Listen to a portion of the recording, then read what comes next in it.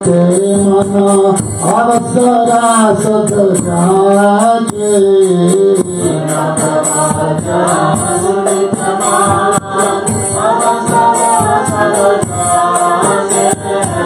Sola vidito kirtana shuni Amri hidayana Sola vidito kirtana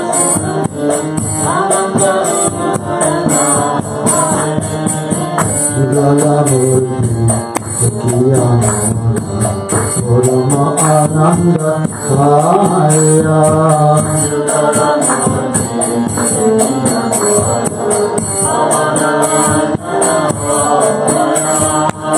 Prasada Seva Korite Haya Sakala Prabhupada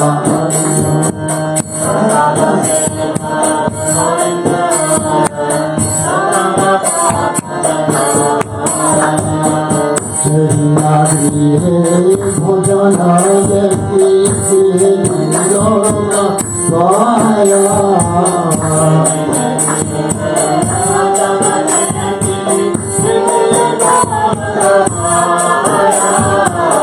Jana Sidhu Yadana Suktana Simakaya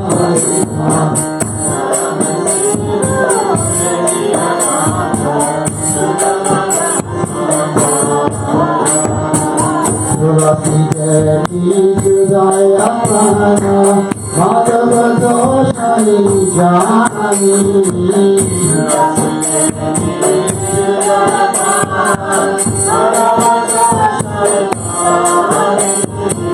Goda Priya Shata Sevane Jivana Sakata Mani Goda Priya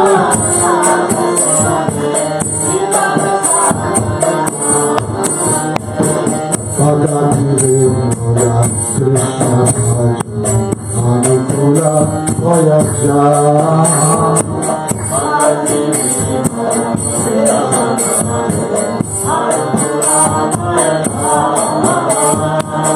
Rati Paramasuke Svikara Kadayeta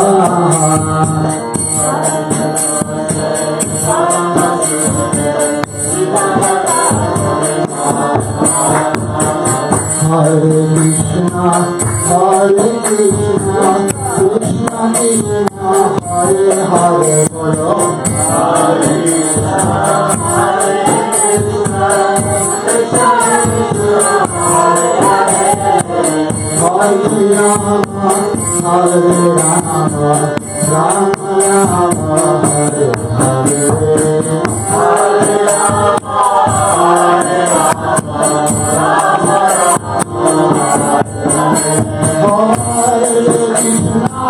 Hare Krishna, Krishna Krishna, Hare Hare. Hare Krishna, Hare Krishna, Krishna Krishna, Hare Hare. Hare Rama, Hare Rama, Rama Rama, Hare Hare. Hare Rama, Hare Rama, Rama Rama, Hare Krishna, Krishna Krishna, Hare Hare. Hare Krishna, Hare Krishna, Krishna Krishna, Hare Hare. Hare Rama, Hare Rama, Rama Rama, Hare Hare. Hare Rama, Hare Rama, Rama Rama, Hare Krishna, Krishna Krishna, Hare Hare. Hare Krishna, Hare Krishna,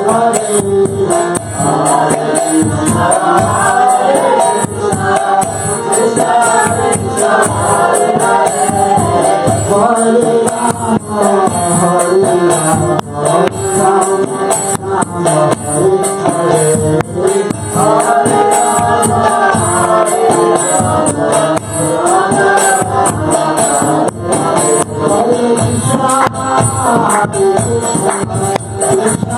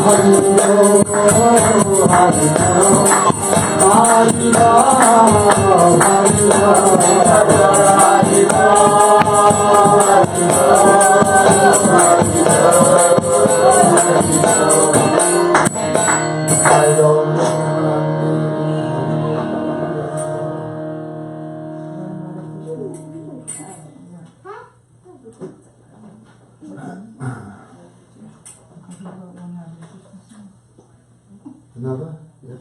One Radha Krishna. Radha Krishna. Which do you want? You choose. Probably leave. No, you can leave. Depends which. Radha Krishna Prabhu. Radha Krishna from the north. I think we're gonna sing my song. 123. Yeah.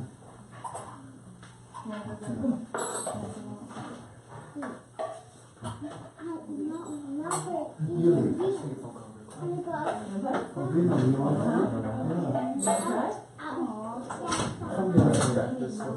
gonna leave? I'll try. Probably didn't. No idea. Oh, because you didn't get to. You didn't know. Pig. Thank you for texting Oh, me this sorry. morning. Pig. There was a lot going on.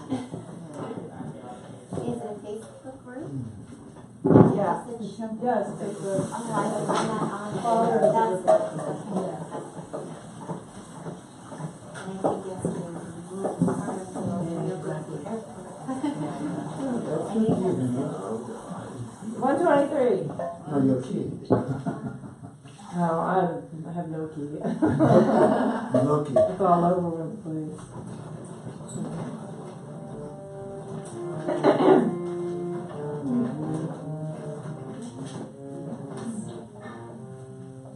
Radha Krishna Prana Moda Yugala Kishora Jivane Marane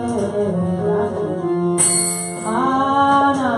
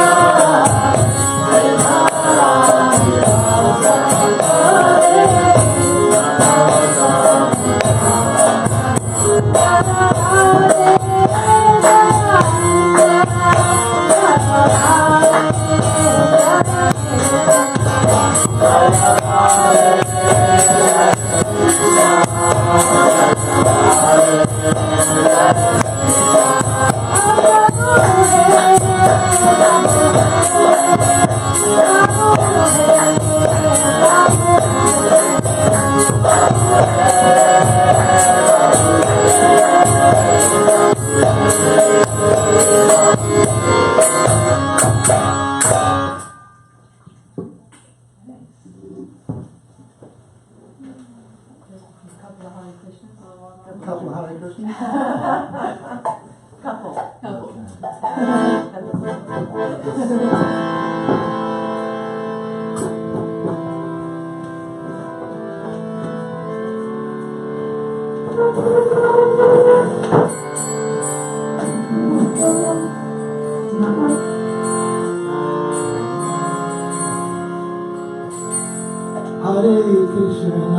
Hare Krishna, Krishna Krishna, Hare Hare, Hare Rama, Rama Rama, Hare Hare, Hare Krishna, Hare Krishna, Krishna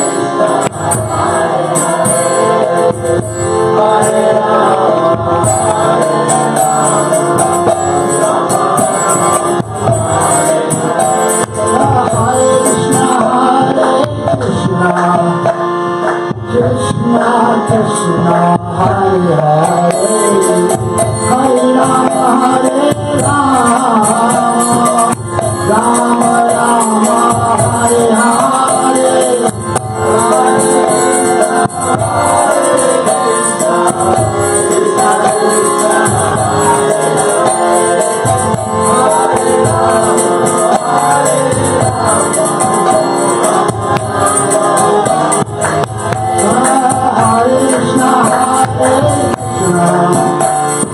Krishna Krishna, Hare Hare, Hare Rama, Hare Rama, Rama Rama, Hare Hare. Hare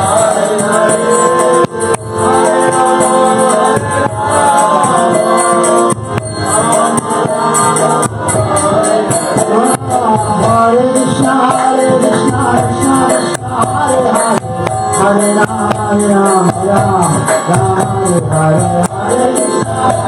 Krishna Krishna, Hare Hare, Hare Rama, Rama Rama, Hare Hare, Hare Krishna, Hare Krishna,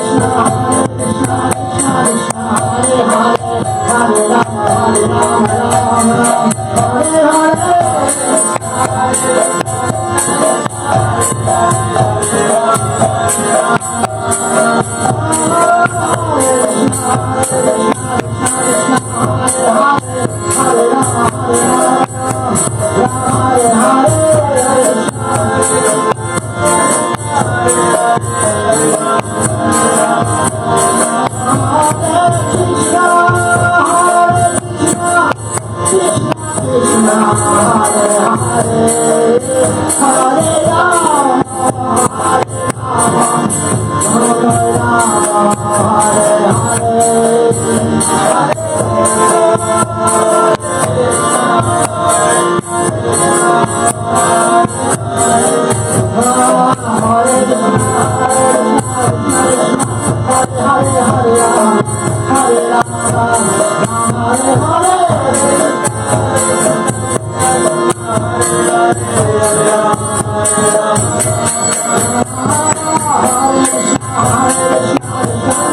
Hare Hare, Hare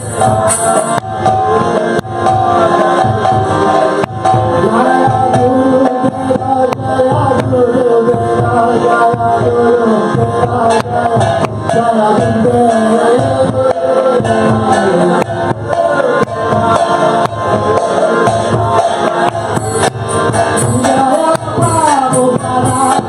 Hare Hare.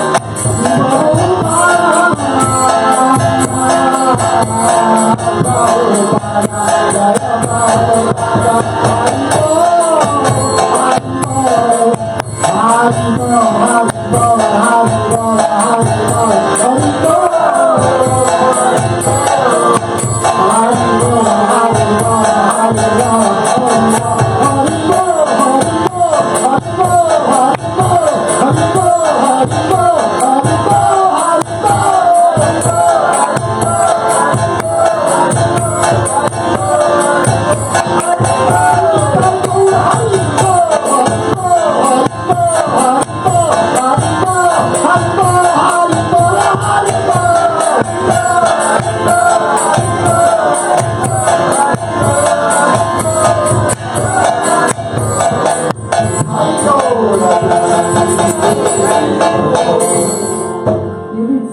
Kirtans, I'd love to see you on the stage at Bhakti Fest.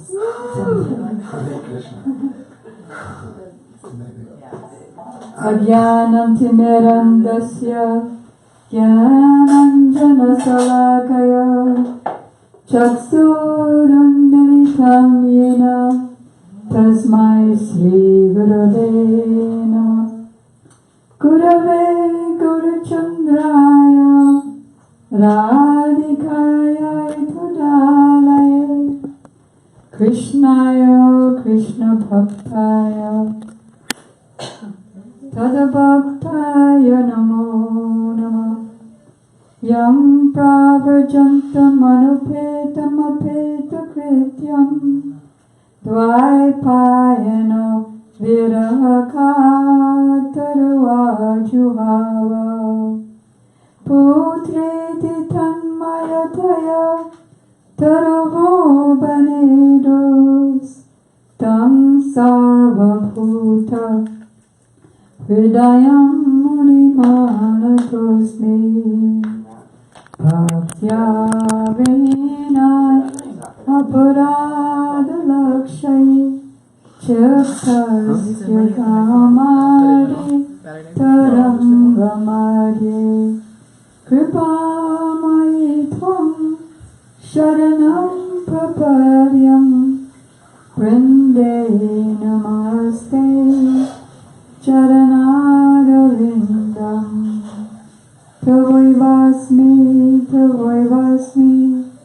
Najivami Tam Vina Iti Vigyaya Radhe Tam Nayamam Sharanantike. First I offer my unlimited obeisances in the dust of the lotus feet of my most worshipful Diksha Gurudev. Nityalila Pravishta Om Vishnu Pad Astota Sat Shri Srimad Srila Bhakti Vedanta Swami Prabhupada, and the same unlimited obeisances in the dust of the lotus feet of my most worshipful Shiksha Gurudev, Nityalila Pravishta Om Vishnu Pad Astota Sat Shri Srimad Srila Bhakti Vedanta Narayan Goswami Maharaj, Srila Bhakti Vigyan Bharati Goswami Maharaj, and also to Srila Bhakti Pramod Puri Goswami Maharaj, Srila Bhakti Rakshak Srila Goswami Maharaj, Srila Bhakti Vaibhav Puri Goswami Maharaj, Srila Gaur Govinda Goswami Maharaj, to our Param Gurudev Srila Bhakti Pragyan Keshav Goswami Maharaj, Srila Bhakti Balabhtirtha Goswami Maharaj, and Srila Bhakti Doit Madhav Goswami Maharaj, and our Param Gurudev Srila Bhakti Siddhanta Saraswati Thakur Prabhupada, and all of his divine associates, and all the assembled devotees. So welcome everybody on this beautiful day of Ekadasi. Actually, if you look around, it looks like a day, doesn't it? But Srila Gurudev says this is not a day. This is Krishna himself. Because Krishna, as you know, he's the source of all universes, all planetary systems, and also he created so many hellish planets for those who engaged in very, very abominably sinful activities. So one day, he was wandering through the various hellish planets and seeing the awful sufferings of his sons and daughters there. So he was thinking, I can't tolerate such sufferings. There must be something I can do that will deliver them from all of their sinful activities so they can be liberated. Then he thought, I know, I'll become a day, and anyone who observes the simple procedures of this day, he will become liberated from material bondage. So, Ekadasi Devi, the personification of Ekadasi, just as Radharani came from Krishna's left side, Ekadasi Devi came from Krishna's right side. And Ekadasi, that means 11. The 11th day of the new moon and the 11th day of the full moon. On these days, Vaishnavas observe fasting from certain foodstuffs that are always taken on the rest of the month. And this fasting has many purposes. And the word fasting also has two meanings. The word for fasting in Sanskrit is upavas. Shri Shri Radha Govinda ki jai, Shri Sachinandan Gaur Hari ki jai, Shri Govindatai ki jai, Shri Giriraj Govardhan ki jai. So, one meaning of upavas is fasting, and also upa means near, and vas means residence. So upavas means living, residing near to God. And by observing the simple principles of Ekadasi, one becomes closer to God. Not only by the fasting, that's a don't do, but then a do is to glorify Him, to glorify His transcendental associates. And by that simple process, we become liberated.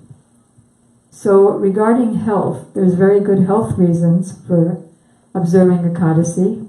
That is just like a lot of you work here, right?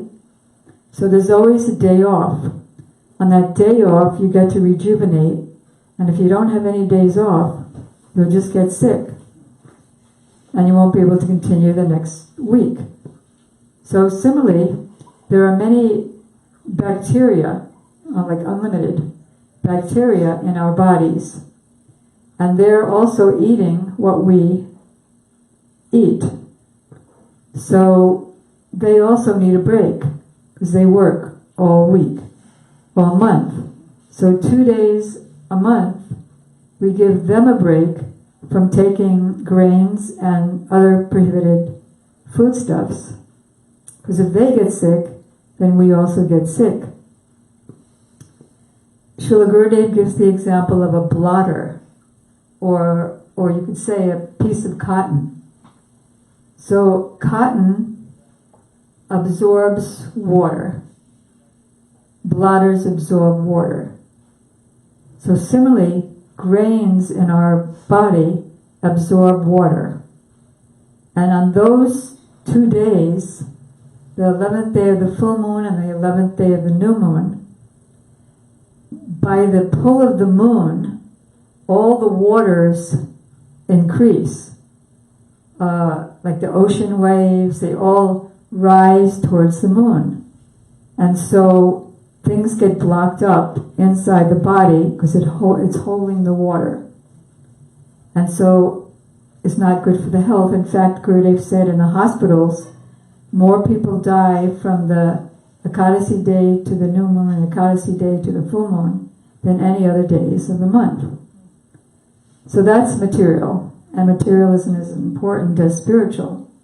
So spiritually, Ekadasi is known as the mother of devotion. So by glorifying her, by glorifying the Lord on this day, it has very, very powerful effects. to free us from this world of birth, old age, disease, and death. So that's just a brief overview of Ekadasi. Then today is also, I just wanted to have a question and answer today, but because there are so many new people, new devotees, I thought it wise to discuss a little bit the glories of Ekadasi for your future decision making on these days. So then, today is also the appearance day of one of Lord Chaitanya's close associates named Jagadish Pandit.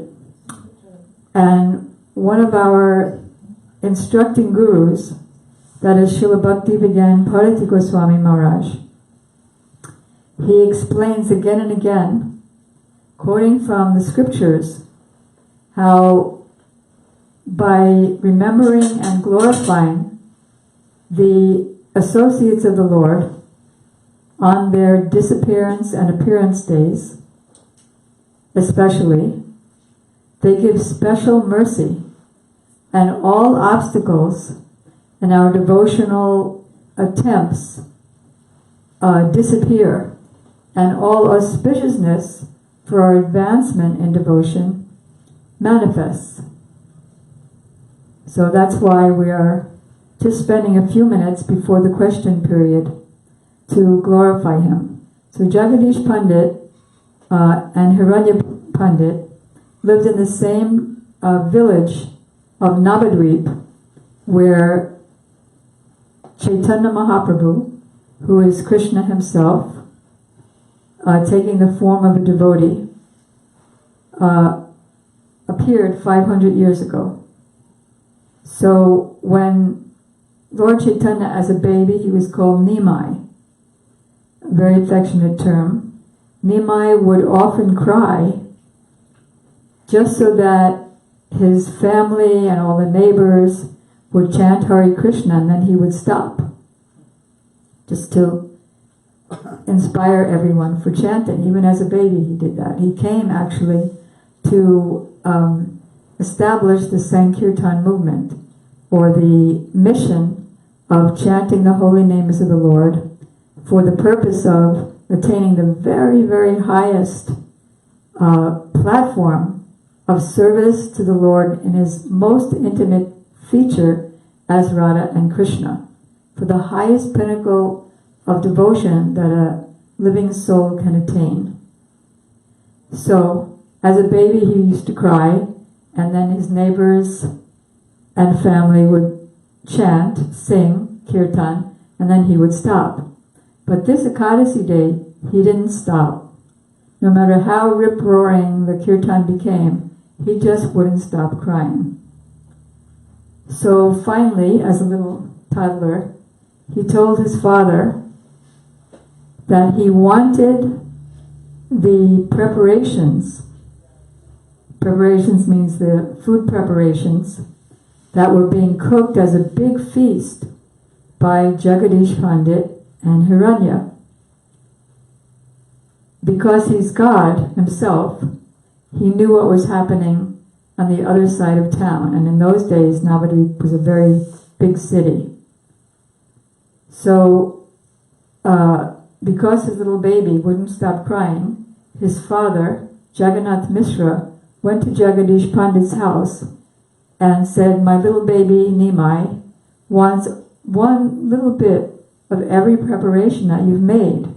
So generally, devotees take less food. They observe Ekadasi in the sense of not taking certain foodstuffs like eggplants and honey and sesame and many other things, beans and grains. But they also take, within the approved foodstuffs, they also take very little. So to spend their energy and not lose energy by digesting, spending their energy in glorifying the Lord. So, but Jagadish Pandit and Hiranya, even though they were going to take a little bit, they made a big, big feast for Krishna because he doesn't have to fast. And Mahaprabhu, being himself their deities, like we have deities on the altar, so Chaitanya Mahaprabhu, that little, in the form of that little toddler, he is their deity. So he requested a little taste of each preparation. So his father shamelessly went to Jagadish Pandit and asked. And Jagadish Pandit immediately said, well, of course, let him take it. But he was wondering, how did this little baby, he didn't think that Chaitanya Mahaprabhu was God, that Nimai was God. He thought, oh, Krishna must be living in him, in his heart. So he said, of course, let him take it. And as soon as Jagannath Mishra, Nimai's father, gave him the preparations, immediately Nimai stopped crying. So this Jagadish Pandit, he's a very special person, very intimate associate of the Lord. And is there anybody here who doesn't know who Jagannath is? Elisa, do you? Someone was discussing. Okay, Jagannath is a very... Sandy's going to show you both the picture in your phone of Lord Jagannath. That's a whole long story of how Krishna took that form of Jagannath. Okay. But he's a very, he's a big deity in Jagannath Puri, about 6 feet high, and he comes in 3 forms, and they have a big festival every year in the summer, midsummer, and about 4 million people come. You'll see that on the internet. So when Jagadish Pandit was residing in Puri, he decided, I never want to leave here. I always want to be with Lord Jagannath. He's a very merciful form of Krishna. So Jagannath appeared to him in a dream, and he said, well, just take me with you. When very soon, like every year, they would bathe him and carve a new Jagannath. Every 16 years, isn't it? I'm sorry? Every 16 years, isn't it? Oh, every 16 years, sorry.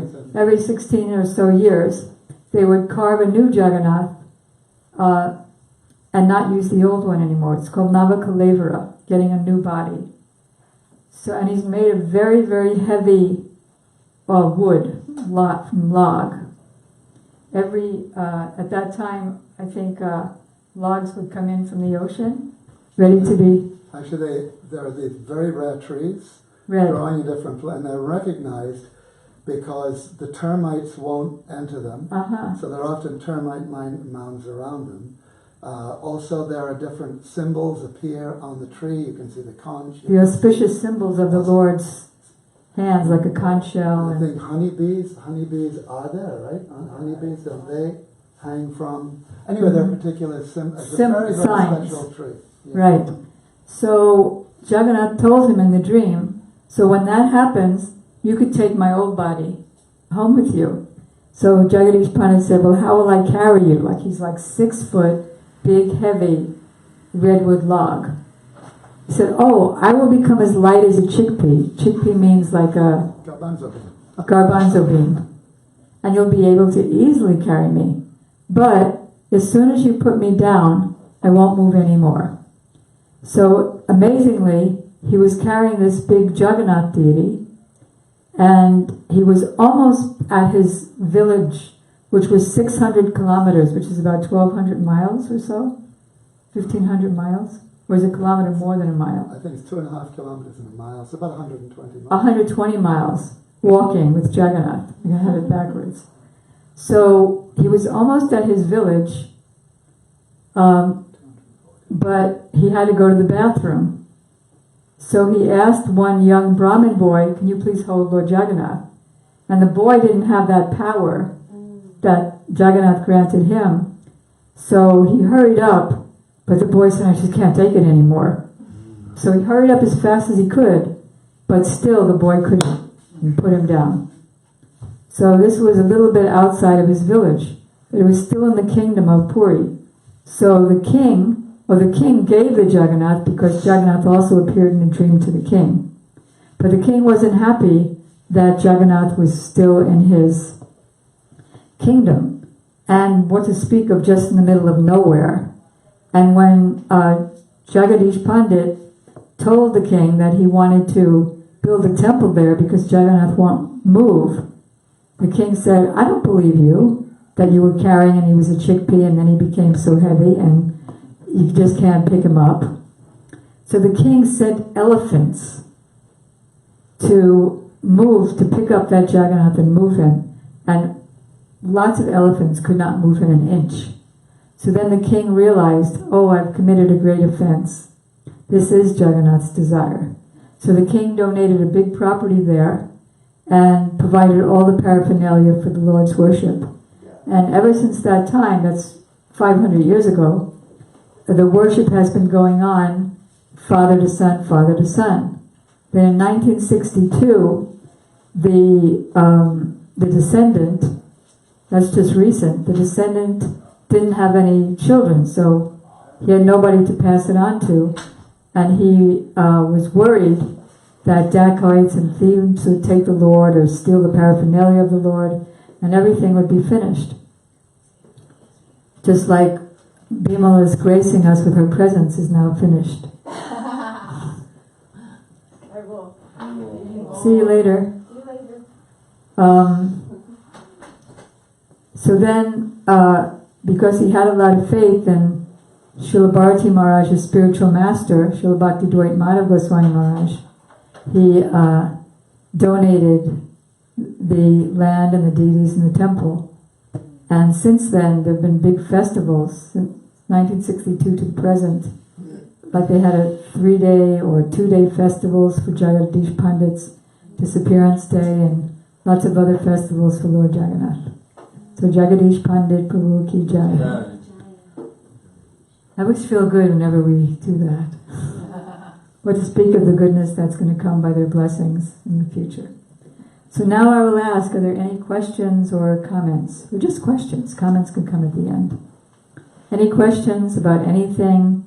Either something you've read or some life question, Lisa? So just very basic. So today's the day of the moon. I wasn't 100% clear. Can you explain the moons? The moon becomes a full moon for 15 days, and then it's called the Purnima, the full moon. Okay. And then it wanes. I mean, the moon is always full, of course, but it's like a half moon, a quarter moon, a slice, and then it disappears from the vision, although it's still there. And that's called a new moon. So on the 11th day of the full moon, and on the 11th day of the new moon, which comes out to twice a month, because there's the waxing moon for 15 days, and then the waning moon for 15 days. So on the 11th day of the full moon and the 11th day of the new moon is Ekadasi. Okay. Or not a day, but Krishna. Thank you. Any other questions? Life questions, concerns that relate to our spiritual life? Something we read, some confusion. What's your name? You're not Sarah. I thought you were Sarah, because Vasanti was saying that she met such a wonderful girl at the store. Yes. I thought you might be her. Yes. Okay. I'm a little quiet because I just had my wisdom teeth Ooh. But I'm very new to this, and I want to learn as much as possible. And if I understand, what would you recommend for somebody just starting on this journey to look forward and to come? I'm coming with open arms and an open mind, but what would you recommend to help me along with the journey to understand? Because I tried reading the intro of the Bhagavad. Is that what Vasanti gave you? No, I got it from Chiandri at the temple. Oh, so you've had previous association before you met Vasanti at the store? Yes. Because I couldn't imagine you'd be that new and be so interested. Actually, I've been going to the temple for a couple of months now. Okay. I bring my 9-year-old son, and he's like enthralled. Okay, so Sarah is asking that she says she's very new to Krishna consciousness, and what would we recommend to help her on her journey? All right, so suppose there's a really great person, and he's inviting you to take shelter of him and He'll take care of everything in your life. He's inviting you just to become absorbed in Him, and you won't. And He's such an amazing person that just by thinking of Him, one feels blissful. And He'll take care of everything, and He'll be the best friend that you've always been looking for. So, like, I don't know. I'm not sure about Him. Let me check Him out. So, that means reading about Him. In the case of Krishna. Reading Bhagavad Gita, Srimad Bhagavatam, the books of our Gurudev and Prabhupada and pure devotees, the ancient Vedic scriptures. But there's a special way to read, to really get the most out of the reading, because these are not ordinary books. Just as Krishna manifested as this day, so He manifests as books. They're not books. They're not made of paper or anything like that. Krishna Himself has taken the form of a book to make Himself easily available. It sounds quite inconceivable, I do realize that. But Krishna can take any form. In fact, He's manifested as all these universes. He also manifests in His forearm feature in the heart of every living being and in every atom, and that's what keeps the whole universe together. If He were to leave the atoms, everything would just like drift off into different directions. So, Krishna manifests as the ancient Vedic scriptures.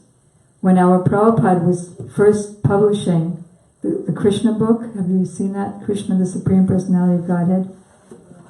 It's a beautiful big silver book about the life of Krishna. Yeah, there it is. Look at that. Amazing. Can you show them? To hold it up. So, Prabhupada was the first advertiser of the Krishna book, telling his disciples to make advertisements. And in the advertisement it said, this is Krishna in book form. So we pray to any scripture, Vedic scripture that we're reading. We first put the book on our head and our hearts. And then we say, "Oh Prabhu." Prabhu means master. You're not a book. Let's say I have the songbook here. So you're not a book. And then I think of the different people who wrote the songs in the book. You are Bhaktivinoda Thakur yourself, you're Narottam Das Thakur yourself, and all the great teachers who wrote the songs. You're also the worshipful deity that the songs were written to. You're also our Gurudev because you manifested this book for us. So all of you, please shower your mercy on me. I'm sitting right before you at your feet, and you're personally speaking to me or singing to me these songs. So please reveal the very deep meanings of what you're telling me, so that I can realize the supreme truth and be free from all doubts, and so that I can get doubts in this illusory material energy, which is the world of false names and false forms. Like take any form, a tree, a bungalow. Okay, you can think of so many forms there. Ultimately, these forms are just atoms. And ultimately, they're just shadows of the real substance in the spiritual world. So we pray like that. And there are varieties of prayers. And depending on the book, there are varieties of prayers. So reading in that with that mood, then all the people involved with the book, you are my instructing guru, all these people that I just mentioned. So we have an intimate relationship with them, and we're begging their mercy, and in that way their hearts melt and they're pleased to give us that mercy of more quick comprehension as well as realization. And then, of course, chanting. There are thousands of processes of bhakti, limbs of bhakti. Of those, there are 64 main ones. Of those, there are 9 main ones, like hearing, chanting, remembering, serving the lotus feet, and going on parikrama to the holy places, praying. praying, worshipping on the altar, becoming a friend and surrendering, everything. Honoring prasad. That's not one of the 9. It's not. No. No. It's there in any of them. So then, of those 9, there's 5, means being in the association of pure devotees, and in their association, hearing the glories of the Lord and His associates, studying the scriptures, chanting the holy name, living in a holy place, like Vrindavan, Mathura, Puri, Navadvip, or a temple. And, worshipping the deity. And then out of those 5, there are 3 main ones, most important, and that is hearing, chanting, and remembering Krishna. Out of those 3, there's one most important of all the limbs of bhakti, of devotion, that include all the other limbs, and that is Harinam Sankirtan, or the chanting of the holy names of the Lord. And as Sri Lokanath Prabhu mentioned, honoring prasadam rather than just ordinary food, because like if you take something that doesn't belong to you, you have to get a reaction, they might call the police or something. So food doesn't belong to us. So when something belongs to somebody, we offer it to them. You please take first. Well, just like this. Like a father, he's providing all the food for the son, right? And they're sitting around at the dinner table. So nothing belongs to the son, everything belongs to the father, but still, out of loving relationship, the son will say to the father, "Here, Dad, you taste it first." And that enhances the relationship. So we offer whatever we take, we offer it first to the Lord, and then it has power to relieve us of our contamination, of connection with this, the material aspects of our life. So things like that. Does that help? Okay. Yes. Can I add something to that about the Of course. books? So Sarah, right? Yes. So our Guru Prabhupada, he said that for people who are philosophically minded, we have such rich, deep philosophy, but not everybody is philosophically minded. He said, so there are many people who they just like stories. So it's important for you to get books that are easier for you to read. So Didi mentioned the Krishna book, and we have one, I don't know if we've got any copies right here, I've got it at my home, of Damodar Lila Madhuri, which is stories about the pastimes of Krishna as a little one. And they're very sweet, that anybody, especially lady, can read, because they're about, this very dear little boy and what he gets up to. And it's very, very potent, just reading these books. Very, very potent. And without being so philosophical at first, and, your mind kind of... Right. Yeah? And I know it's difficult because Prabhupada also said, he said, there's no intellectual adjustment for this. That these words purify. But it's natural that when our mind sees the words, we want to make sense of them. So if we have trouble doing that, then it's better we get the same pure sound vibration in a form that's going to be easier for us to digest. The stories about Krishna, like that. I'll give That's her what I'll give her that book. It's a really good book. Yeah, she I have has the some. books that she can read. Oh, good. I have it at the Yeah, store. I've got a bunch at my home. Oh, great. I love to give that book. Oh, out. great. Yeah. So any other questions? Any other questions? Well, I do have to say one thing, which I've been saying for years when I'd say questions, and then nobody's hands go up, but I saw Sarah's hand. I say, don't worry, don't be shy, because if you ask the question, everybody else will be happy that you asked it and they didn't have to. My question is about your artwork. Uh-huh. I have been admiring it since I first stepped into the temple, and I love it. What inspires you? I mean, obviously that's a silly question. I mean, I see what inspires you, but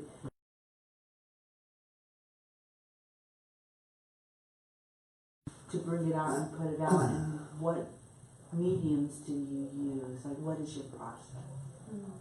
When you say medium, you don't mean oil paint, you mean What's the process of making it happen on the canvas? What do you mean the medium? The medium. Are you using oil paint? Yeah. Yeah.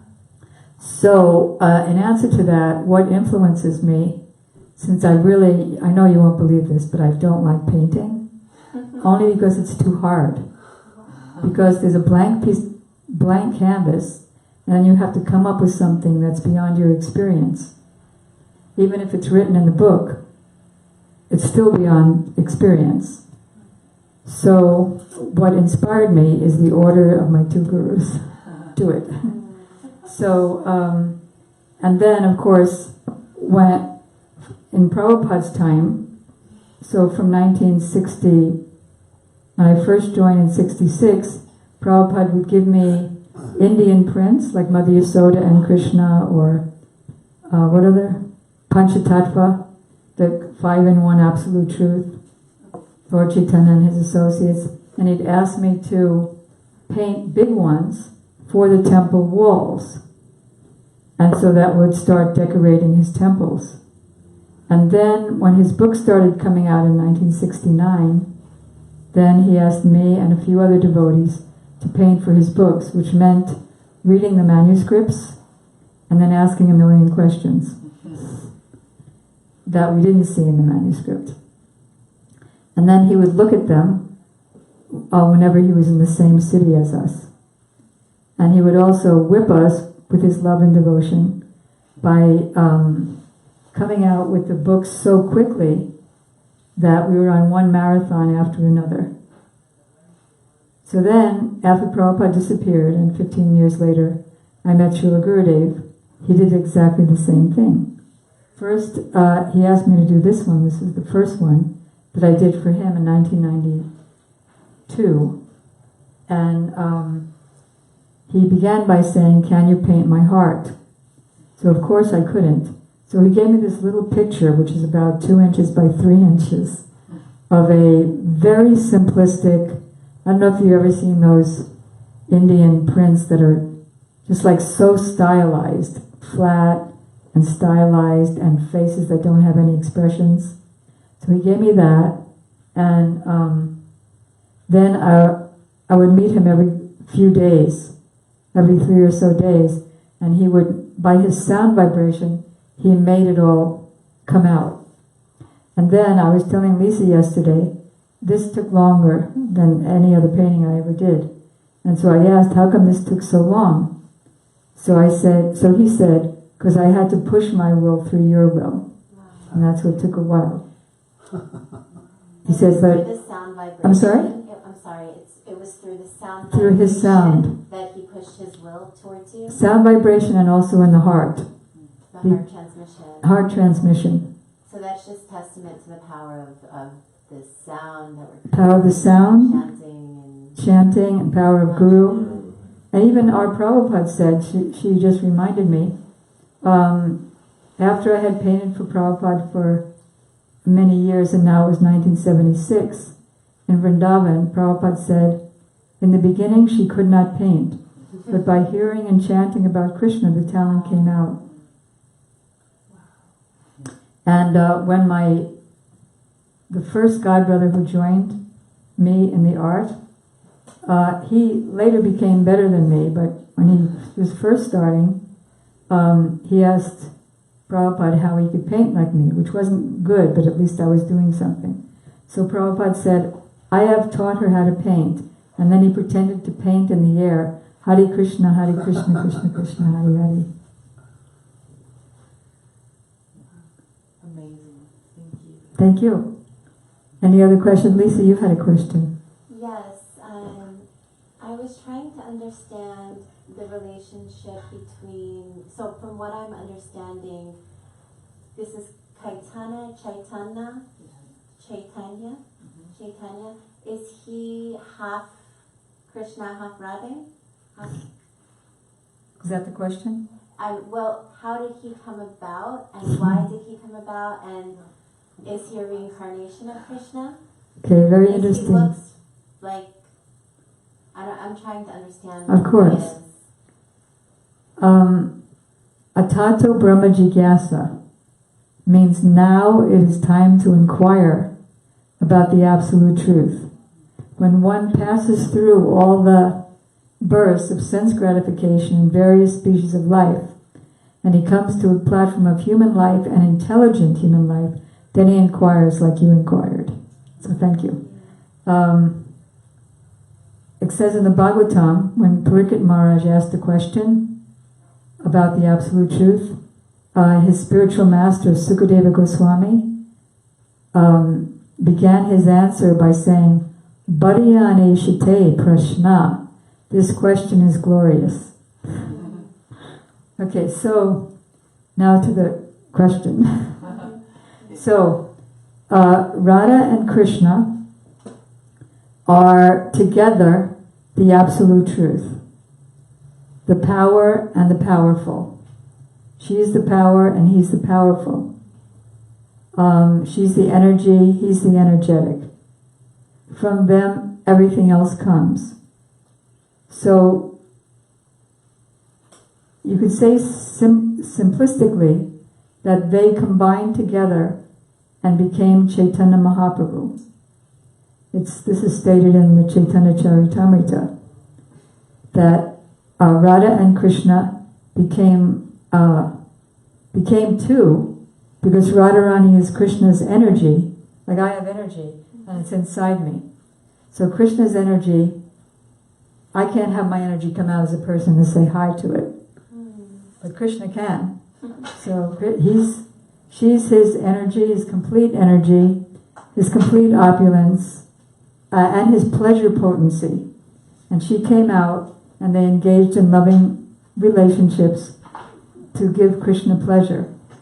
Not only that, but she's the cause of Krishna tasting pleasure. She's the cause of Krishna being the embodiment of pleasure. And she's the cause of Krishna being able to give pleasure to all of his infinite number of devotees. It's called Hladini Shakti. Hlad means pleasure. So, and Shakti means power. So, he's one, he became two, Radha and Krishna, and then again they became one as Chaitanya Mahaprabhu. Another way to say that is Krishna is thinking, I am Purnanandamoy, I am the complete personality of unlimited happiness. A drop of that happiness could drown the whole universe. But still, I don't know why, but I become mad when I see or hear or smell or anything Radharani. I am her disciple and she's my dancing guru. And her prem, her love, makes me dance many novel dances. Not dance like, okay, first put your right foot over your left foot and then your left foot. Not consciously like that, but like, suppose you have a wind. Like in these days, it's very windy here in Alachua. So you see that the cold wind is bringing up the leaves, and the leaves are swirling around in the wind, uncontrollably. So Krishna says that I'm the controller of everything, I'm this reservoir of all pleasure, and yet I become like a madman, enchanted under the control of Radha's love. So what is the nature of this love of hers that drives me mad? Me being God drives me mad. What is the pleasure that she's experiencing that's even 10,000 times greater than mine? What is it about me that she alone relishes?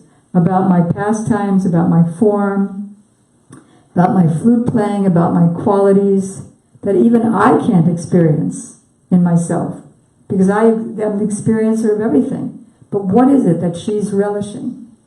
And so these three things: what is the glory of her love, what is the nature of her happiness, and what is it that she relishes in me? So try as he might, he could just not figure it out. He tried many ways, but he couldn't. There's many pastimes about that. So finally, he asked her, can I just borrow your mood? And so I can taste what you're tasting. And she said, yes, I will lend you my mood, but I'll also come and help you. I'll be there too, in case you make mistakes. I'll be there to help you out. And I'm bringing my other Sakis, or associate gopis, girlfriends, and they'll also take male forms, and they'll also help you. So he took that Krishna, covered by the complexion, the golden complexion, because Krishna is the color of a fresh rain cloud. That complexion, totally covered by the complexion and mood of Srimati Radhika, is Chaitanya Mahaprabhu. He's Krishna coming to taste the mood of Radharani, and simultaneously he gives all the universe's service to her, which is the pinnacle of devotion for the living being. As far as when it happened, it's eternal. You can't say Krishna and Radha came before Chaitanya Mahaprabhu or vice versa. The whole thing is eternal. And Krishna and Chaitanya Mahaprabhu are the source of all existence. It's quite inconceivable, Wow. yes.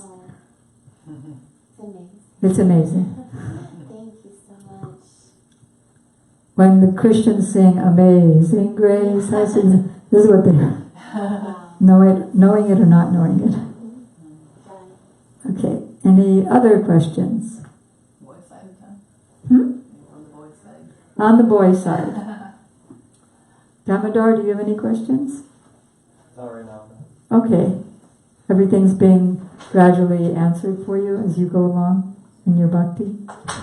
You always have good questions, I Nishinga. don't have any questions, but Adi Govinda, okay. but What do you have? I think it's in Chaitanya Bhagavat, where it's also You turn this. it's also explained that Do you have a mic? I've got a voice. You've got a voice. You do. That Radha is filled with compassion and love for all the living entities, because she's also the mother of all. Mm-hmm. She's our mother. So she's very anxious for all our welfare. Mm-hmm.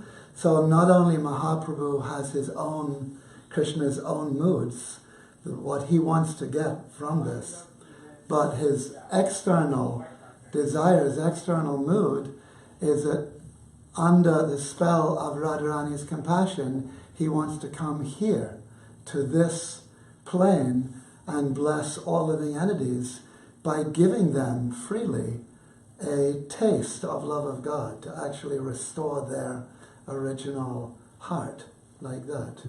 That's very important, what you just said. She's his compassionate counterpart, and therefore Mahaprabhu has more compassion than Krishna. Good. Adharya Madhurya. Odarya, Krishna's, Madhurya. they're both Madhuryas, embodiments of sweetness. They're both embodiments of compassion, Odarya, but Mahaprabhu manifests more compassion and Krishna manifests more sweetness. Thank you. I just want to say something in regard to that that's really interesting. I once asked Gurudev, so if Radharani is Krishna's compassionate counterpart, why couldn't she have spread Krishna consciousness all over the world? Why did Chaitanya Mahaprabhu have to come and do it? So Gurudev said, why should she, with her soft lotus feet, have to barefoot walk all over India? Better Krishna should carry her. So that's Chaitanya Mahaprabhu. Gorgeous. Yeah. Thank you so much for that. Yes, Mahaprabhu. I heard that I was reading Bhaktivinoda Thakur and about Navadvip Dham, that the Dhams were created by Radha so she could experience that pastime with Krishna.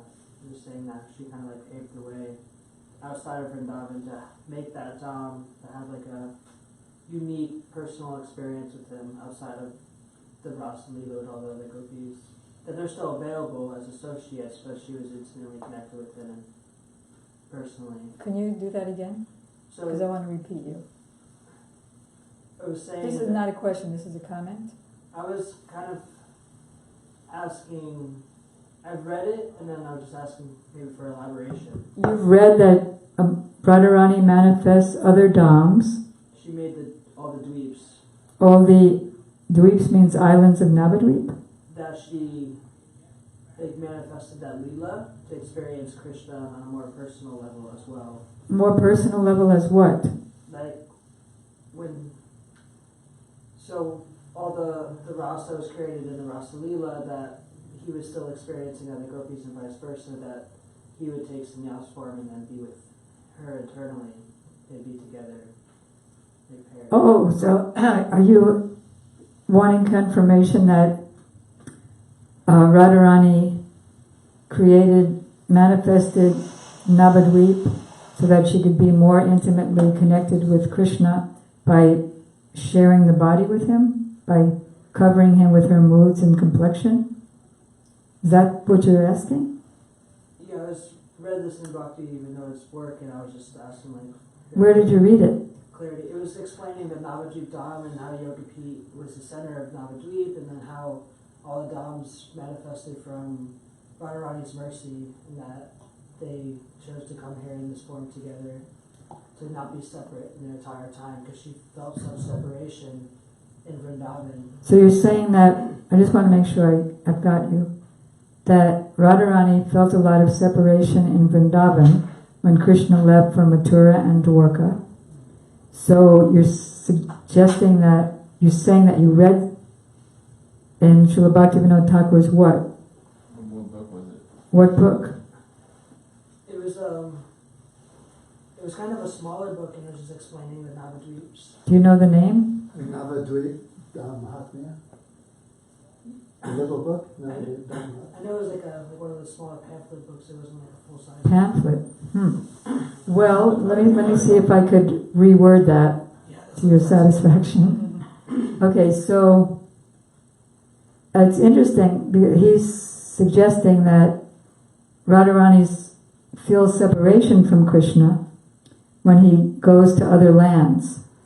So when she's together with Krishna as his in the same body as Chaitanya Mahaprabhu, then there's no separation. How could you say that? Mahaprabhu is always weeping in separation in the mood of Radha. Yeah. So Mahaprabhu is, and when he's in Puri, Jagannath Puri, he's always in the mood of Radharani in Vrindavan when Krishna left for Dwarka and Mathura. And he's always calling out, oh Krishna, where are you? And fainting and falling into the ocean, and so many ecstatic symptoms all over his body because of separation. Sometimes he's feeling meeting, like he'll go into, like for example, once when he was in the Gambhira, he actually walked through the walls, walked through all the gates, got out, and feeling so much separation trying to find Krishna, even though he's Krishna himself, that he came to the sea, thinking that it's the Jamuna River of Vrindavan, and fell into the sea. And his ecstatic symptoms, because here in this material world, if I'm feeling separation from someone, it's usually pretty painful. Either they died, or a boyfriend left me, or they're just away, and I don't feel complete without that person, so I don't feel good. But that's because this world is a perverted reflection of that world. So there, separation is just another side of ecstasy, and it gives meeting internally, and it increases the happiness in that way. Plus it increases the happiness when you again meet, then that happiness is increased. If you're always meeting, it becomes like a calm sea. With no waves, it's not so interesting. When I was in Jagannath Puri, I saw at the ocean that people just used to stand at the ocean and just look at the waves like it was a TV show. So waves make for interest. So meeting and separation increases the happiness and the happiness of union more and more. Without separation, there's no enjoyment or nourishment in the meeting. So Lord Chaitanya would jump into the sea, thinking it was the Jamuna River, the ocean at Puri, And in his ecstatic symptoms, his joints would spread apart, elongate by 8 inches. So he was, just imagine a body, and then my skin separates and my joints separate by 8 inches at each joint. So then he's just like lying in the sea, and there was a fisherman who caught him, thinking he was a big fish. He caught him in the net and brought him onto the shore. And then he thought that he'd been haunted by a ghost, and he kept chanting and chanting, and he chanted to Lord Nrsingadev, the half lion, half man incarnation of Krishna, to free him from the ghost. But then it got worse and worse. So he just kept chanting, and then finally the associates of Mahaprabhu came in the night looking for him, because he disappeared from his room, just went through the walls. And then they asked him what happened. And he said, he told them the story. And then Mahaprabhu's main associates, Rup Damodar, said, "Oh, I'm an exorcist, I can get rid of your ghost." And get rid of the ghost. And then they did a big kirtan, and Mahaprabhu woke up out of his unconscious state. And he said, "Oh, why did you wake me up? I was in the Jamuna with Radha and Krishna, and I was serving them." So sometimes Mahaprabhu is in the ecstasy of meeting with Krishna, in the mood of Radha, and sometimes he's in the ecstasy of separation from Krishna as Radha. But what you say is true, that as his potency, called Achintya, Achintya Swarup Shakti, his inconceivable, all-accommodating power, she manifests his own form, she manifests all of his incarnations, she manifests his all of his abodes, she manifests this potency. She's the predominating deity, a personification of. She manifests this material world, and she manifests all the living entities. Does that help?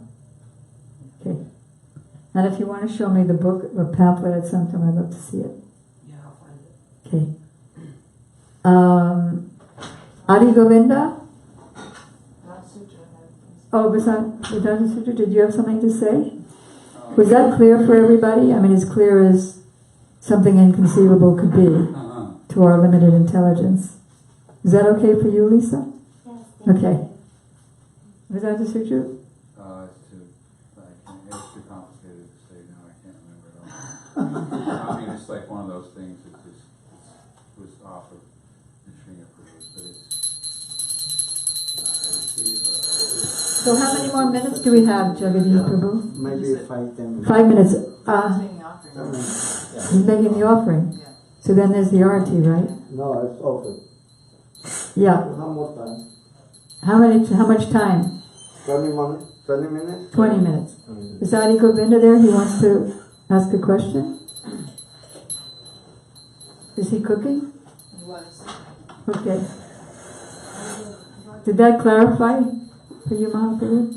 Yeah, I was just thinking too, me and Vijay Krishna were talking how when he promised them he'd come back in 2 days and he never returned. Who, Krishna to the gopis? Yeah, when he left the Dwarka, he said, Yeah. "I'll be back in a few days," and Yeah. returned, only briefly for a short time, but not fully returned. He was saying that they came back as Mahaprabhu to fulfill that promise and return to Vrindavan. He promised he'd be back, and even though it was like thousands and thousands of years later, that was like a fulfilling of that promise, that he'd return to Vrindavan. Because he went to visit Vrindavan? Well, when he went to Vrindavan and all the animals embraced him again. Oh, I see. Yeah, I see. Oh, yeah. He went to Vrindavan then. yeah. At the same time, he never left. And all that's all kind of stuff. All kind of inconceivable. Adi Govinda Prabhu, do you have a question? Yes, I do. I don't know, maybe something along the lines of what I've been asked, because I wasn't able to attend.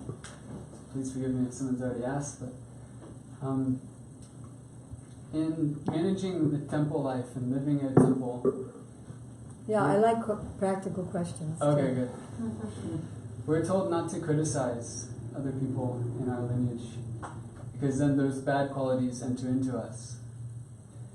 And at the same time, in order to manage temple life and to accommodate the needs of the temple, we have to be able to identify what are people's attributes and qualities in order to work around or with them. And so I've been struggling with an idea of how to analyze people's weaker points and not be critical about their weaker points. Interesting. Do you understand my question? I understand what you're saying, but how do you do that? I don't know. Oh, you were wondering about Yeah, is it that when we're trying to assess someone's weaker points or difficulties in life, are we being critical of them? Or are we is that actually our mood of service to try to improve the quality of service for the temple by being able to discriminate? Right, so let me see if I got the question. For the Ustream. So this is a practical question from Adi Govinda, who by the arrangement of his Guru Maharaj, somehow he became one of the managers of this temple and is figuring out schedules for people being on the altar and doing other services. So in the course of that management, there needs to be some judgment, you're saying, of who would be best for each service and who wouldn't be best for each service. So how to do that without coming into the platform of criticism, because we learn from our scriptures and from our spiritual teachers that if we criticize anyone, whether that person is in our lineage or not, the qualities will come to us by the bridge of consciousness. Oh, he's a terrible person. So that terrible person-ness comes into me by the bridge. So, because we know the dangers of criticism, like our whole bhakti goes in the garbage can, how to avoid that and at the same time be a manager. A similar question was asked by my godbrother Tamal Krishna Maharaj to Srila Gurudev in 1991, that as a manager of a big institution, although we hear that we're not to criticize, still we have to discriminate and sometimes judge for other people's benefit or even for the person's benefit. So how to reconcile. So Gurudev said, you can remember the example of Mother Yasoda. Mother Yasoda is the mother of Krishna, who's very naughty and always likes to steal things and throw temper tantrums just to make everybody happy. Steals butter from the other people's houses. And so Mother Yasoda says to him, "Oh, you did that. Shall I beat you?"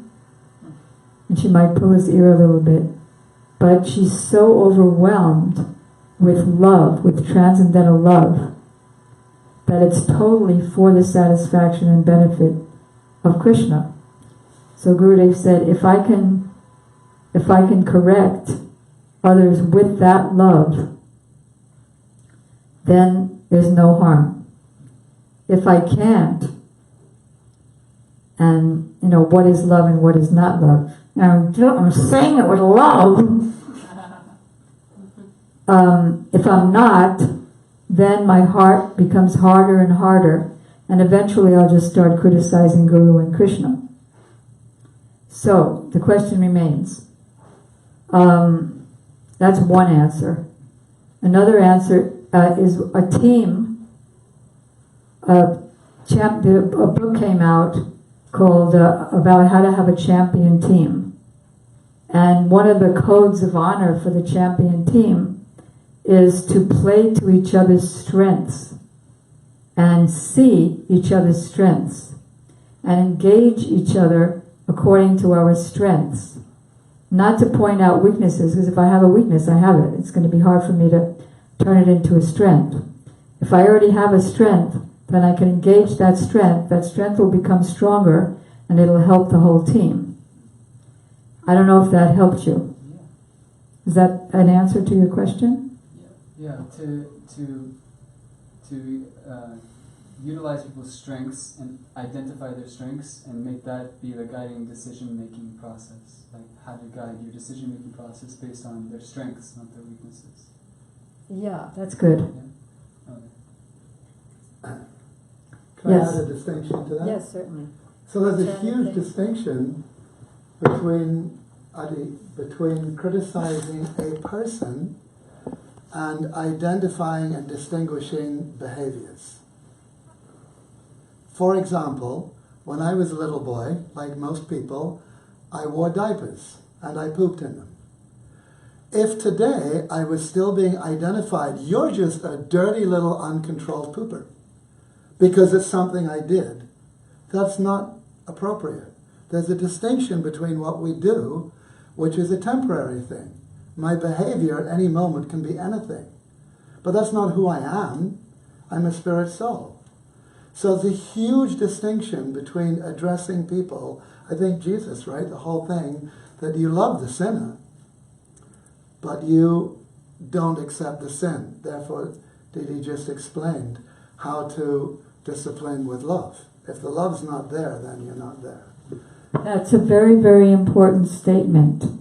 And as he was speaking, it reminded me of something that Gurudev said. Good. I'm trying to remember.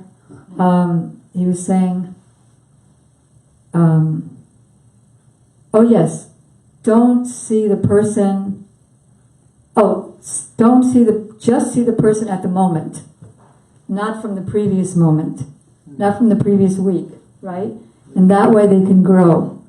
If you see me as I was, you heard about something I did 10 years ago and that's your conception of me, that's going to be harder for me to get out of it. If you see me anew at every moment and give me all the benefits of the doubt at every moment, but if I turn out to, if I'm actually like, a rapist and I'm in your temple and I'm already doing so many things, then you have to do something. But otherwise, in most cases, we just see the person in the moment to allow them to grow, and plus encourage them. Oh, you're such a good this, that, and the other thing. Oh, I love the way you this, that, and the other thing. And that encouraged them. That's what our Prabhupada did to us. That's what Gurudev did too. To encourage the strengths of somebody. And there was one other thing. See the person at the moment, give them an opportunity to grow. Yeah, and sometimes you just ignore the faults. Just like not even see them.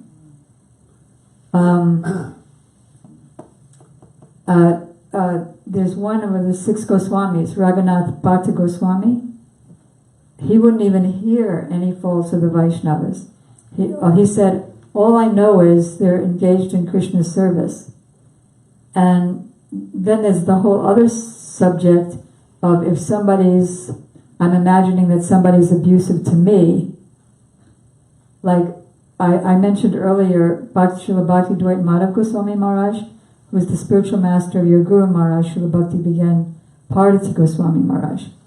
And Srila Bharati Maharaj tells how a couple of his Guru's godbrothers were envious of him, of his Guru, and actually did things to counteract any attempts they were making to spread Krishna consciousness. But Srila Bhakti Dwight Madhav Maharaj didn't notice any of that. And he ordered his disciples, including Srila Bharati Maharaj, to serve them as they would serve him. Does that make sense? Yeah. So it's a matter of vision also. Yes. Walter. Can you turn that? So continue to add, you and I have both done certain works that it's not even just about seeing somebody in the moment, but about seeing their potential. And actually having a vision of somebody that it requires being in a very loving space to look at somebody and see who they actually really can be. It's something very glorious and beautiful and holding that space for them. Actually, I don't see this other behavior as very significant. But, I mean, it's, several things you're saying. You mentioned Raghunath Bhatt, Goswami, who's speaking as a Paramahansa, who sees Krishna everywhere. But we're trying to come to the middle platform, which is the platform of distinction. And so in Bhagavatam, in the second verse, there's that one point that says the highest, the absolute truth is reality distinguished from illusion for the welfare of all. So to artificially start getting into this place, I'm not saying distinctions, I'm not going to make any judgment, that creates unbelievable havoc. And it's complete nonsense. That's not your adhikar. That's not your It's not at all. And Prabhupada said very clearly, he said, to call a thief is not a criticism.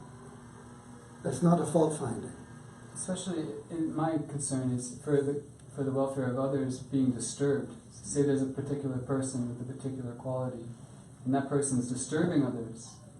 And if we were just to overlook those faults, if we would overlook those faults and they're disturbing so many people. Yeah, so first Nrsimha Prabhu has said, we're not on the level of Uttama Adhikari, so it's our duty to distinguish.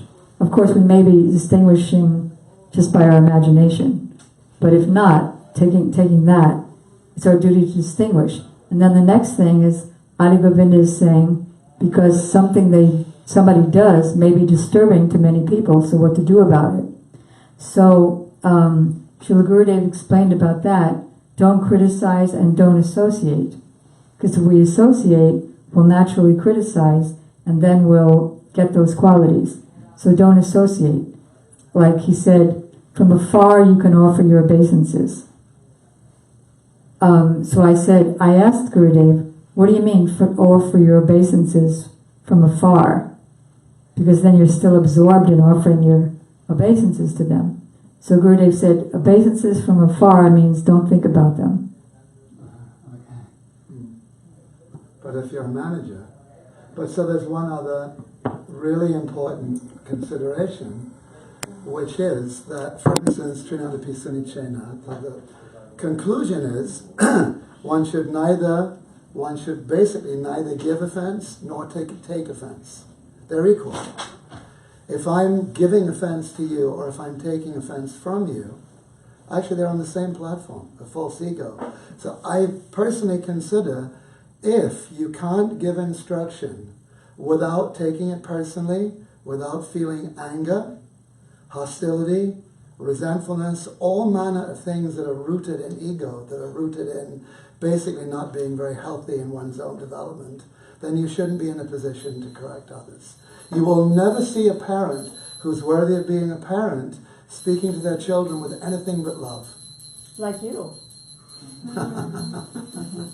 If you speak to your child angrily, but then you tell everybody, I'm doing it for his own sake, for discipline, but if actually you're angry, you're personally inside feeling that, then you're off. And you have no business, because all you're doing by so-called proper criticism, correcting, etc., you're just feeding the fire. You're putting the same energy in that they've got. We see it all the time, these horrible fights between people. You're this and then you're that. And you're that. Self-righteous, yeah. That's nothing to do with distinction. Where's the actual disturbance coming from? Exactly. So you got to clean your own glasses. And management can often be a really great curse. Especially when to help us realize the color of our glasses. Especially when we all have faults, so we're trying to... I'll speak for yourself. I have faults for sure. That's so good what Lokanath Prabhu said, because then we go to as I'm pointing one finger in the direction of somebody else, I'm pointing three back to me. And also you're talking about looking at ourselves, and that's so interesting because whenever I see myself seeing a fault in someone, I've developed the habit of looking, well, how am I in that realm? And then I can give a whole list of things. And then I immediately stop with the other person. So everything's an opportunity to look in the mirror. And there's one of my favorite songs from Srila Bhaktivinoda Thakur, the line, Yuyata vichare, kichu nahi pai, tumara karuna sara, which means, leave the first part, after the first part, he's saying that I have no qualifications. Your mercy, Gurudev, your mercy is all that I'm made of. But what's the first part of this line? What is the foundation for being able to say, I have no qualifications, I'm just dependent on you? Yogyata vichare. And what is vichar? You know what is vichar? That's what it is talking about. This spiritual life has to be, we have to get to the point of always looking at ourselves. We have to do that, or we can't develop this sense of humility and hopelessness, helplessness. It doesn't come.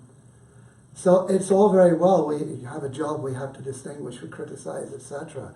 But if that's an excuse to avoid being present to our own position, very problematic. And it generally takes years, and it can be a very quick process. Prabhupada always told the story of Maharaj in one moment.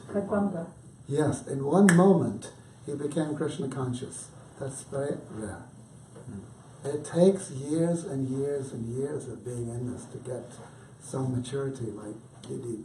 Well, it depends if we also have lives in the background. Yes, that too. Then that's good. Yeah. Okay, so how much more time is there, Jagadish? Oh, there you are. Oh, he's saying something. Probably 10 minutes to learn. Any one last question? How much time? 10 minutes more. Are you sure? I don't want to hold up the deities. Yeah, 10 minutes. Okay, so any one last question? Yes, Mahaprabhu. I just wanted to comment on what he was saying. And Louder? I want to comment on what he was saying. I think he was trying to distinguish between criticizing and chastisement. But in a way of, I'm just saying that when we criticize somebody that we're seeing faults because we might have those faults in ourselves, and then chastisement is trying to instruct somebody to encourage them to be better, but without a position to chastise. If we don't have that higher position, then we can't necessarily chastise. So that's why you see something that's uncomfortable and a disturbance, and then you go to your elders and you discuss it and then see how they're affected by it, and then they can give instruction of how to deal with it until you rise to such maturity, like you're saying, so we can address it on our own. I was just thinking of a story of Saraswati Prabhupada. Prabhupada's guru, that there's a man that was constantly criticizing him and saying that he was false and trying to discredit him and constantly attacking him, and then for whatever reason this man finally passed away, and then his disciples ran to him and said, "Oh, this man's passed away, let's have a feast, your enemy has passed away." And then he actually started to cry. He said, "This is not my enemy, this is my friend. He showed me who I truly was." Like, he was absolutely tolerant, and he was willing to take that, because that criticism is what helps us develop. We have that challenge. If we're never challenged, we never could see what is truth, because we rise above that challenge and we're still stuck to our truth. But if we, like they're saying, if you give in to people that are angry, then you also get angry at them in return. We're dropping to their level, meeting them where they're at and going to that instead of holding our ground and staying mature and trusting our teachers and what they have to offer us. So we're allowing them to question our truth and pull us to that level instead of trusting our teachings. And Krishna gives us these little forks in the road to challenge us to see how we react to them, if we get pulled off center or if we can stay within our sadhana regardless of what comes towards us. Thank you. Good. And also the art of communication, of having a two-way conversation with someone. I might see that my conception was wrong by inquiring of them of what's going on with them, or they might see something and bring out something themselves that I didn't have to bring out. I don't know if I'm making myself clear, but it just goes back to the art of conversation. There's one famous person who said, the big problem with conversations is that you think you've had one. Whereas actually it was just a one-sided thing. It wasn't really a conversation.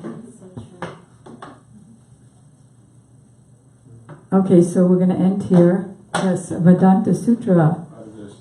Just one comment. Lord Chaitanya Satchidananda, when he was cleaning the Vindicha temple, when the Lord's associates were cleaning, if he saw someone not cleaning properly or not putting his full energy, then he actually said, I want you to show everyone else how to do it. So he would compliment them and say, Get you're them doing to such work a more. good job, you can show others how you're doing it. Yeah. And so, the Supreme Lord is so expert at everything. Tricky. Very expert at Vedanta Sutra Prabhu just said that when Chaitanya Mahaprabhu and his associates were cleaning the Gundicha temple to prepare for the Lord's coming, they would clean the big rocks and the small pebbles and the dust particles and the tar, and he would always get the biggest pile. And if somebody didn't get a big pile, he'd jokingly say to them, "Oh, what a big pile you've got! Show everybody how big your pile is." Like that, you mean? He said, Show everybody how you do it. You can show everybody how you do it. Does all that several suggestions help? Yeah. Okay. And then it's a cultivation also. How to deal in each situation, it's a cultivation. And then as I go along with that aim in mind, with the cultivation of that in mind, then I'll make more mistakes, but then I'll catch it sooner and sooner until I catch it before I say it. Yes, Vedanta Sutra. The punchline was that when the associate of whoever heard this from Chaitanya Mahaprabhu, that, oh, you're doing such a good job, show others how you're doing, then immediately they would put their full Yeah, immediately, that's the punchline. Immediately they would do better. they put their Right. full energy because Yeah, thank you. Okay, so let's have a little bhajan before arti. Bhajan or kirtan? Kirtan. Okay, Gaur Premanandi Hari Hari Bol. Ekadasi Vrat ki jai. Ekadasi Vrat Pawan Kodi Bhakti Vrinda ki jai. Shri Jagadish Pandit Prabhu ki jai. Srila Gurudev ki jai. Srila Prabhupada ki jai.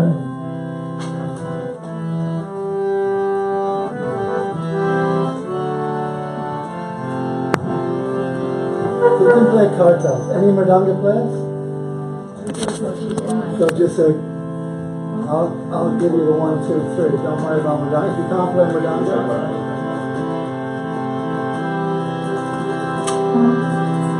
anybody on kartals? Yeah.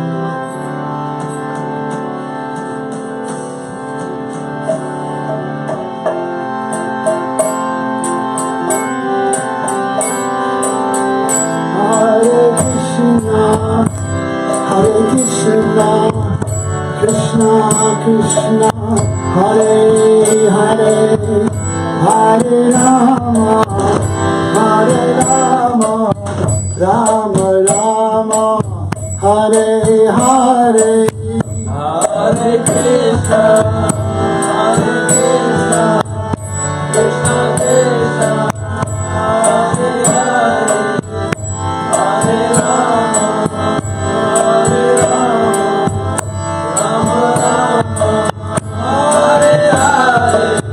Hare Rama, Hare Krishna, Krishna Krishna, Hare Hare, Hare Rama, Rama Rama, Hare Hare, Hare Krishna, Krishna Krishna, Hare Hare, Hare Rama, Rama Rama, Hare Hare, Hare Krishna, Krishna Krishna, Hare Hare, Hare Rama, Rama Rama, Hare Hare.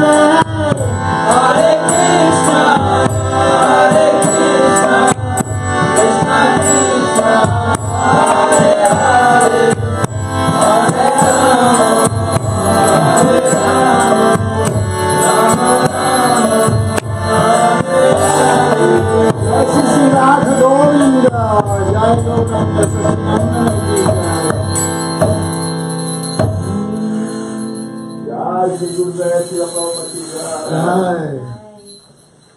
So, Prajavan Naga? Yeah.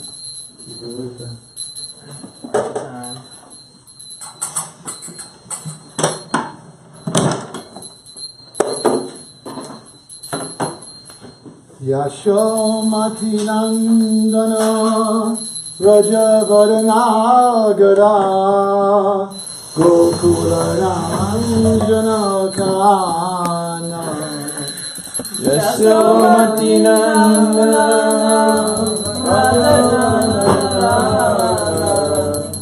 Gokula Ranjana Yashomati Nandana Rajavarnagara Gokula Ranjana Kana Yashomati Nandana Rajavarnagara Gokula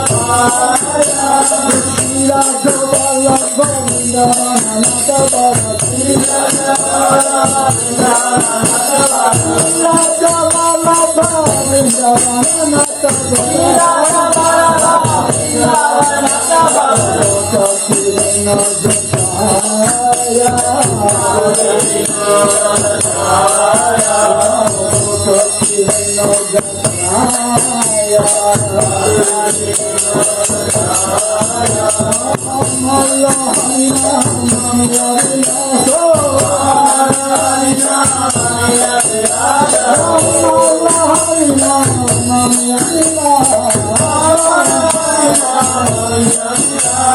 Govinda Madhava Namalita Taskara Govinda Madhava Namalita Taskara Govinda Madhava Namalita Taskara Shriya Gavava Govinda Vanamata Para Shriya Gavava Govinda Vanamata Chati Vinod Chaya Chati Vinod Chaya Radha Madhava Kunja Vihari Radha Jaya Radha Madhava Jaya Kunja Vihari Jaya Radha Madhava Jaya Kunja Vihari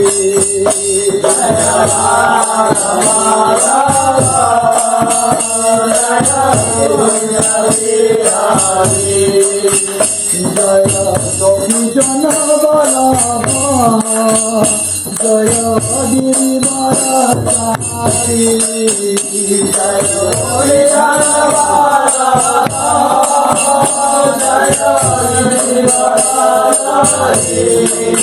Jaya Gopi Jana Vallabha Jaya Girivaradhari Jaya Gopi Jana Vallabha Jaya Girivaradhari Jaya Gopi Jana Vallabha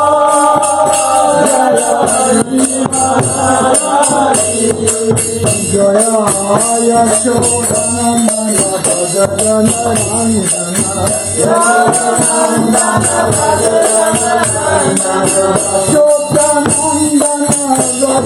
Yashodanandana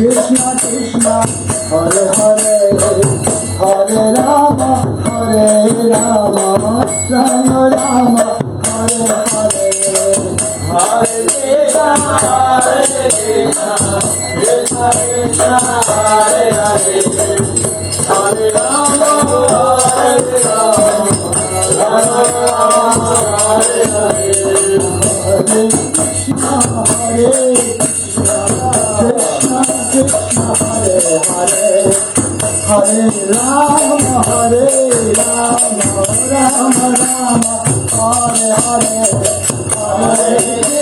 Hare Krishna Krishna Krishna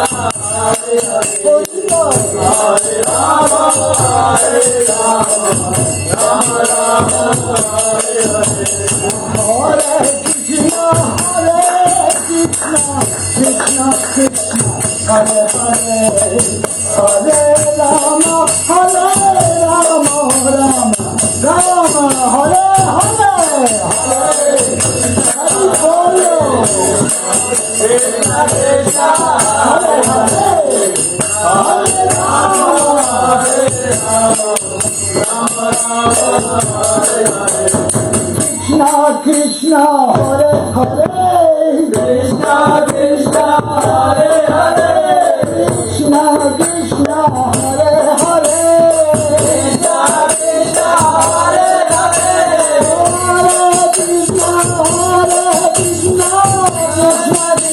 Hare Krishna Krishna Krishna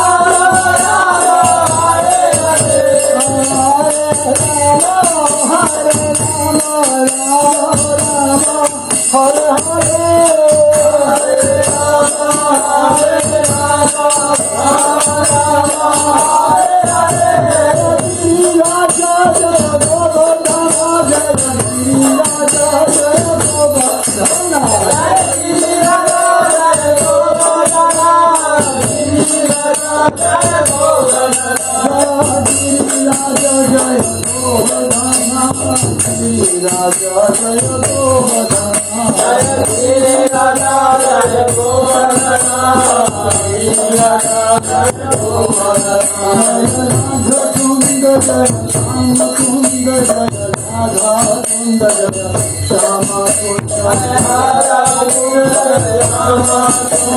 Hare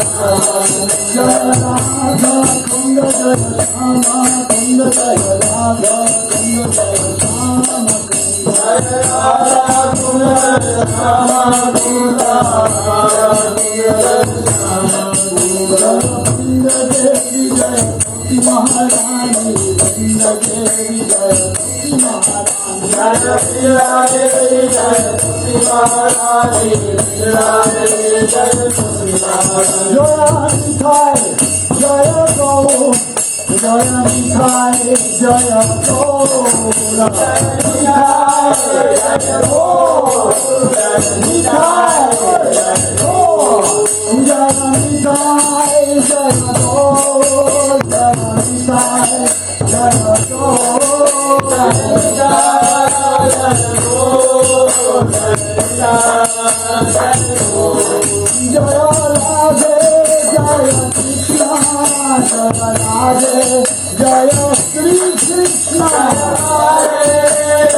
Krishna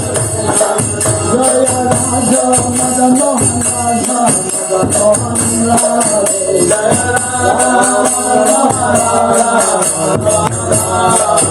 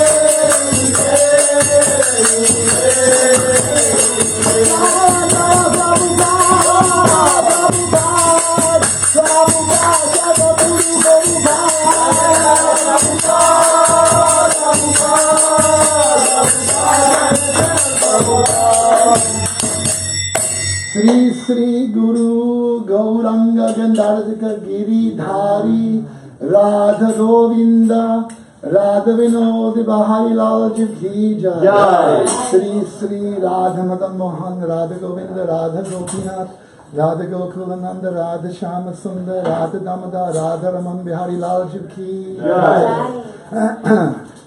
Nityalaya Vishnu Om Vishnu Pad Astakara Sata Shishimad Srila Bhaktivedanta Swami Maharaj, Srila Bhaktivedanta Narayan Goswami Maharaj Ki Jai. Nityali Vrishtam Vishnu Parasatara Sata Srimad Bhakti Vigyan Bharati Goswami Maharaj Ki Jai. Nityali Vrishtam Vishnu Pad Asatara Sata Shri Srimad Srila Bhaktivedanta Vamana Goswami Maharaj Ki Jai. Nityali Vrishtam Vishnu Pad Asatara Sata Shri Srimad A.C. Bhaktivedanta Swami Maharaj, Srila Prabhupada Ki Jai. Nityali Vrishtam Vishnu Pada Satara Sata Shishimad Bhakti Pragyan Keshav Goswami Maharaj Ki Jai. Nityali Vrishtam Vishnu Pada Satara Sata Shishimad Bhakti Siddhanta Saraswati Goswami Maharaj Ki Jai. Nityali Pravishta Mahabhagavat Srila Gaur Kishore Das Babaji Maharaj Ki Jai. Nityali Pravishta Satchit Ananda Srila Bhakti Vinod Thakur Ki Jai. Nityalila Pravishta Satchit Vaishnava Sarvabhauma Shri Jagannath Das Babaji Maharaj Ki Jai. Gaudiya Vranta Charja Srila Baladev Vidyabhushana Prabhu Ki Jai. Rasa Charja Maha Mahopajaya Srila Vishwanath Chakravarti Thakur Ki Jai. Shri Naratham Srinivas Shamananda Prabhutra Ki Jai. Srila Lokanath Das Goswami Maharaj Ki Jai. Srila Krishnadas Kaviraj Goswami Maharaj Ki Jai. Sri Rai Ramanadi Swarup Damada, all the associates of Mahaprabhu Ki Jai. Sri Sri Rupa Nuga Guru Varga ki jai. Sri Rup Sanatan Bhattu Raghunath Shri Jita Gopala Bhattu Das Raghunath Shri Goswami ji ki jai. Nama Charja Shri Haridas Thakur ki jai. Prem Se Kaho Shri Krishna Chaitanya Prabhu Nityananda Shri Advaita Gadadhar Shivasari Gaura Bhakta Vrinda ki jai. Shri Shri Radha Krishna Gopa Gopinath Govardhan Giriraj Dronashabhanatmaka Shri Braj Mandala Dham ki jai. Sri Radha Kunda Shama Kunda Tulsi Devi Vrinda Devi Gangamai Jamuna Mai ki jai. Puramasi Yogamaya Devi ki jai. Shri Shri Gopishwar Mahadev ki jai. Charu Dham ki jai. Shri Puram Kshetru Dham Shri Jagannath Puri Dham ki jai. Shri Jagannath Subhadra Baladev Sudarshan ki jai. Shri Shri Lakshmi Narasimhadev Bhagavan Bhakta Prabha Prahlad Maharaj ki jai. Sri Mayapur Dham Ananta Dvip Mayapur Simanta Dvip Godruma Dvip Madhya Dvip, Kola Dvip, Ritu Dvip, Jana Dvip, Madhudruma Dvip, Rudrak Dvip Atmaka, Navadvip Dham ki jai. Charo Sampradaya ki jai. Charo Acharya ki jai. Sri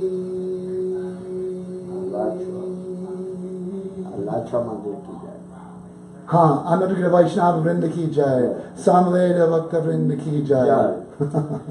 Harinam Sankirtan ki jai. Hare Krishna Mahamantra ki jai. Sri Nitai Gaura Premanandi Hari Hari Or Anyanesh.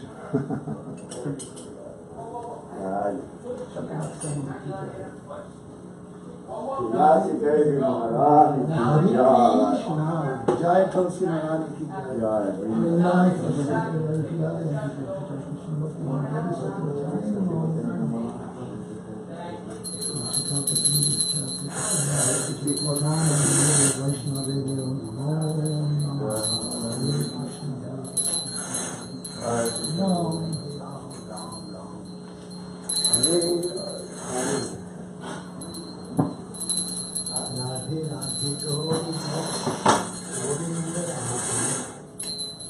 Gopala Radhe,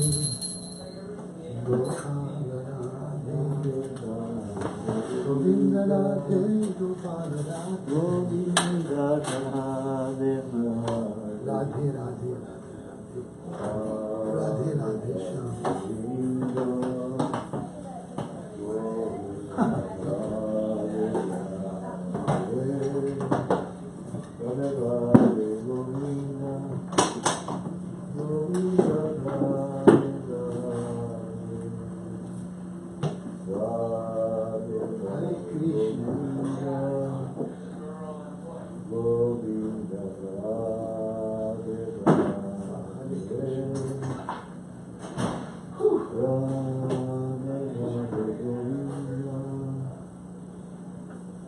Govinda Radhe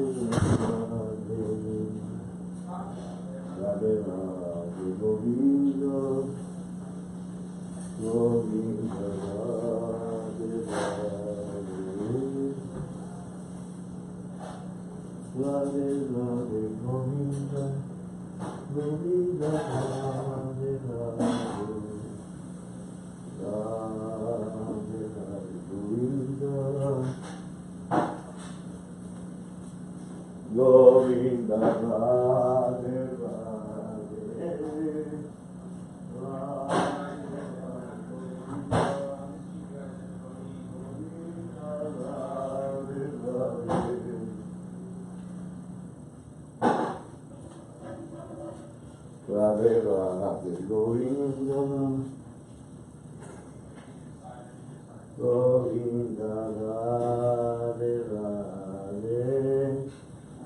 Radhe Radhe Govinda Govinda Radhe Radhe Radhe Radhe Govinda Govinda Radhe Radhe Radhe Radhe Govinda Govinda Radhe Radhe Radhe Radhe Govinda.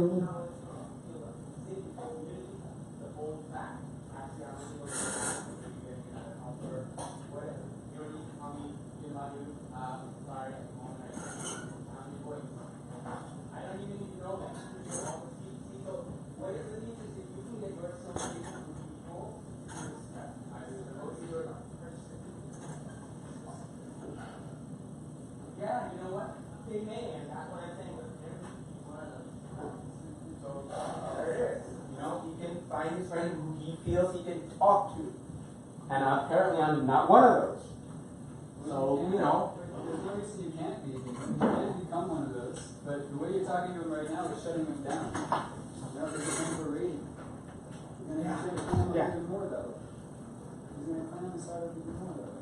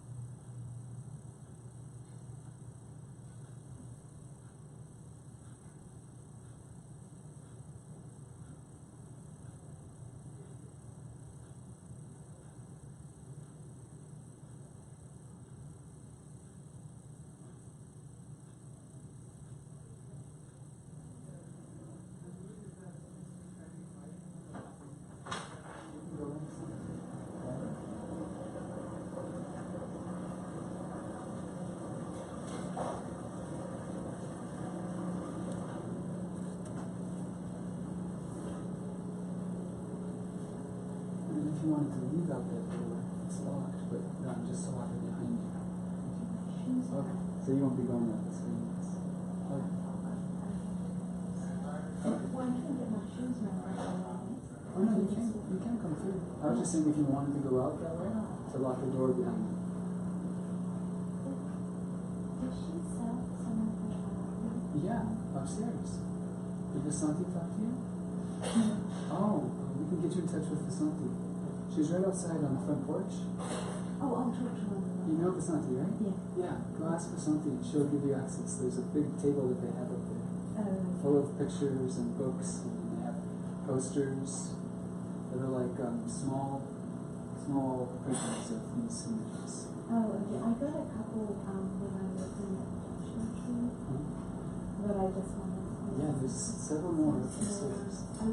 What does that smell? I really like. Probably the incense. Yeah. I don't know what kind of incense. Maybe. I don't know. It's out of the bag. It's just in the bag. So there's no label. Yeah.